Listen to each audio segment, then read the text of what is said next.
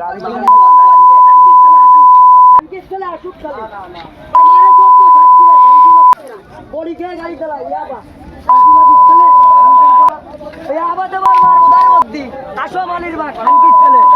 দাবো না দোষর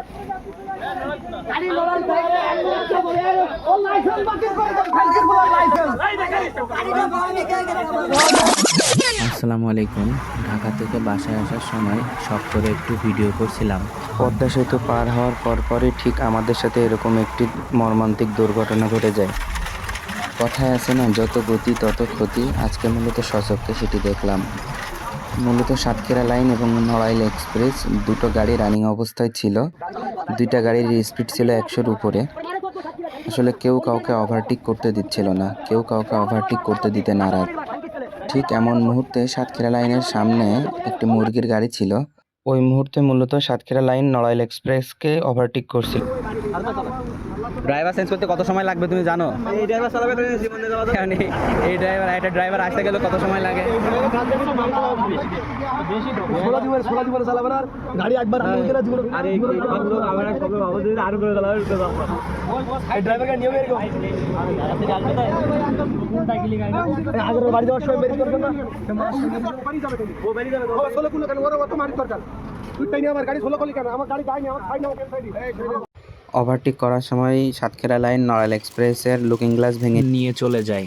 ওই সময় নড়াইল এক্সপ্রেস উল্টে যাচ্ছিল, সাথে আমাদের গাড়িটিও উল্টে যাচ্ছিল। সাতক্ষীরা লাইনের গতিও ছিল বেপরোয়া, নড়াইল এক্সপ্রেসের গতিও ছিল বেপরোয়া। ঠিক তার কিছু পরেই সামনে হাইওয়ে পুলিশ আমাদের গাড়িটা আটক করে এবং আমাদের গাড়িতে জরিমানা করে।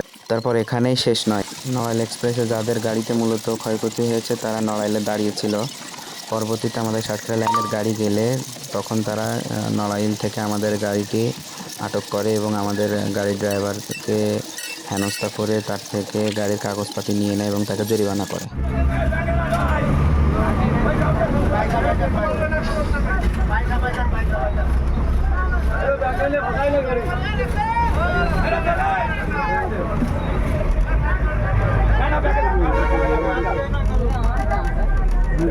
মূলত দোষ ছিল দুইটা গাড়িরই, কারণ ওভার স্পিডের কারণে এরকম দুর্ঘটনাটি ঘটেছে।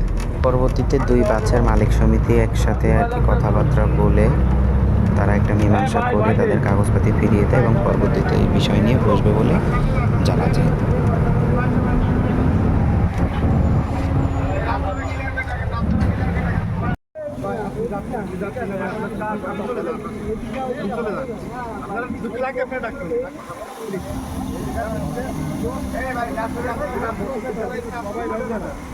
সবাই ভাই ব্রাদার এদিকে পরিষ্কার খারাপ ছিল, পরিষ্কার খারাপ ছিল, সেটা আমরা বুঝতে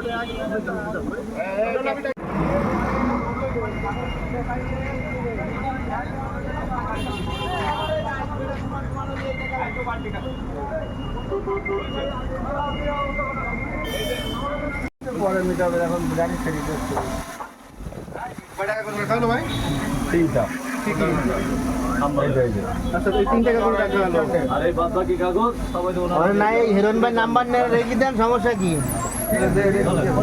ইউনিয়নের নেতা ওগুলো থাক ওগুলো দরকার নেই ভাই, এই 3টা এগুলো দরকার নেই ভাই, নাম্বার নেন কথা বলেন।